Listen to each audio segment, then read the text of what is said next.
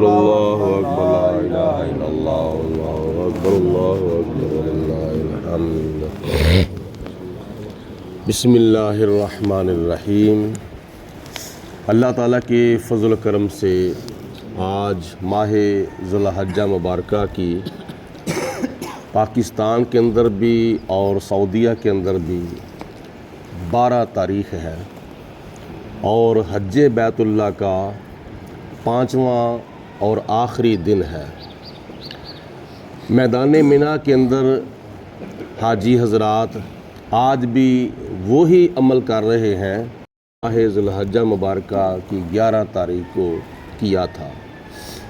وہ کیا عمل تھا؟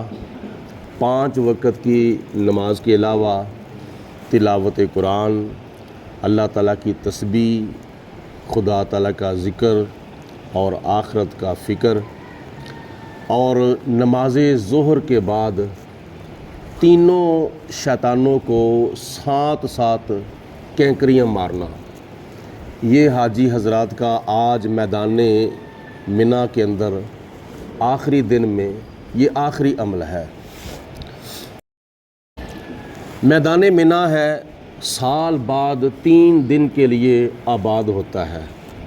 لاکھوں کی تعداد میں حاجی حضرات میدان منی کے اندر اللہ تعالیٰ کی بارگاہ میں حاضر ہوتے ہیں، اور چاہے کوئی امیر ہے، چاہے کوئی غریب ہے، چاہے کوئی بادشاہ ہے، چاہے کوئی گدھا ہے، چاہے کوئی چودھری ہے، چاہے کوئی کمی ہے، سب ایک جیسے میدان منی کے اندر موجود ہیں۔ اگر کوئی بادشاہ اپنے محل میں رہتا ہے لیکن وہ میدان منی کے اندر ایک خیمے میں بیٹھا ہوا ہے، اگر کوئی دولت مند، اگر کوئی امیر بڑے بڑے نرم اور گرم بستر کے اوپر لیٹتا ہے، لیکن آج وہ بھی میدان منی کے اندر مصلی بچھا کر اور محمدی بسترا لگا کر اللہ تعالیٰ کی عبادت میں مصروف ہے۔ ماہ ذو الحجہ مبارکہ کی 12 تاریخ کو غروب آفتاب سے پہلے حاجی حضرات میدان منی سے نکلنا شروع ہو جاتے ہیں مکہ المکرمہ کی طرف۔ اگر کسی وجہ سے ماہ ذو الحجہ کی 12 تاریخ کو میدان منی سے نکلا نہیں گیا، یا وہیں فجر کی نماز ہو چکی ہے ساری رات گزرنے کے بعد، تو پھر مزید 1 دن اور حاجیوں کو وہاں ٹھہرنا پڑے گا، اور 13 ذی الحجہ کی ظہر کی نماز کے بعد مزید 7 مرتبہ تینوں شیطانوں کو کینکریاں جو ہیں وہ مارنی پڑیں گی۔ یہ کس صورت میں ہے کہ اگر کسی وجہ سے اسے 12 ذی الحجہ کو اور 13ویں رات کے فجر کے ٹائم تک وہاں رکنا پڑ گیا ہے، تو پھر مزید 1 دن اور اس کو ٹھہرنا پڑے گا۔ یہ بھی نبی پاک علیہ الصلوۃ والسلام کی سنت ہے۔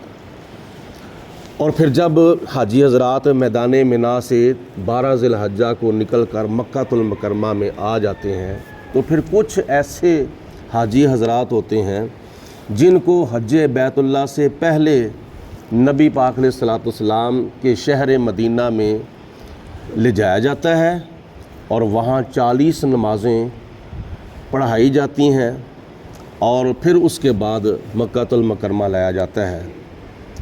اور وہ کون سے حاجی ہیں جن کو شروع کی فلائٹوں میں جن کو کیا نام ہے جانا نصیب ہوتا ہے، اور جو ماہ ذو القعدہ شریف کے آخر تک جاتے ہیں، تو ان کو پھر حج بیت اللہ کے بعد نبی پاک علیہ الصلوۃ والسلام کے مدینہ شریف میں لے جایا جاتا ہے۔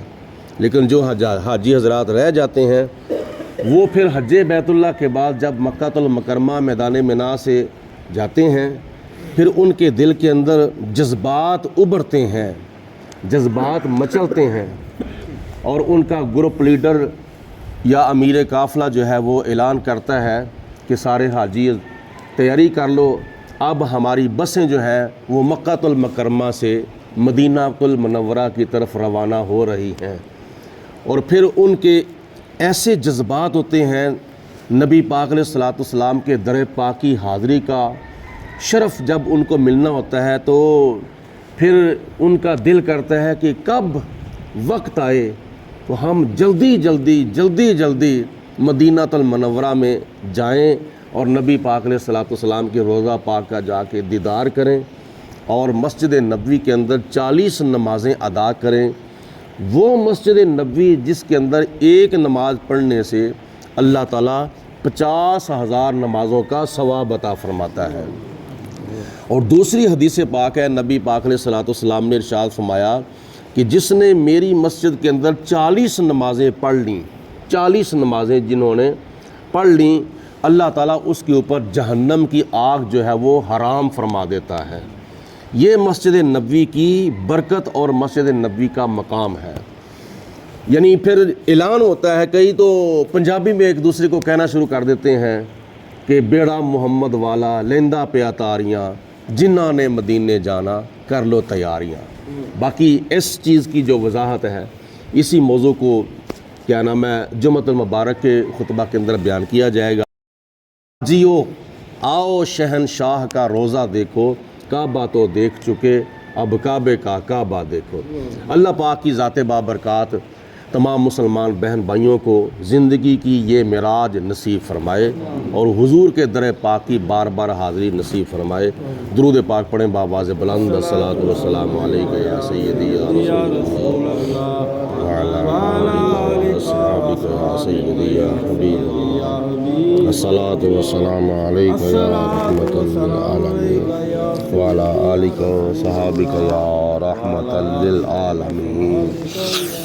اللہم صلی علی سیدنا و مولانا محمد طب القلوب و دوائها و عافیت الابدان و شفائها و نور الابصار و ضیائها و قوت الارواح و غذائها و علی آلہ و صحبہ و بارک وسلم۔ اللہم ربنا انزل علینا مائدۃ من السماء تکون لنا عید لأولنا و آخرنا و آیۃ منک وارزقنا و انت خیر الرازقین۔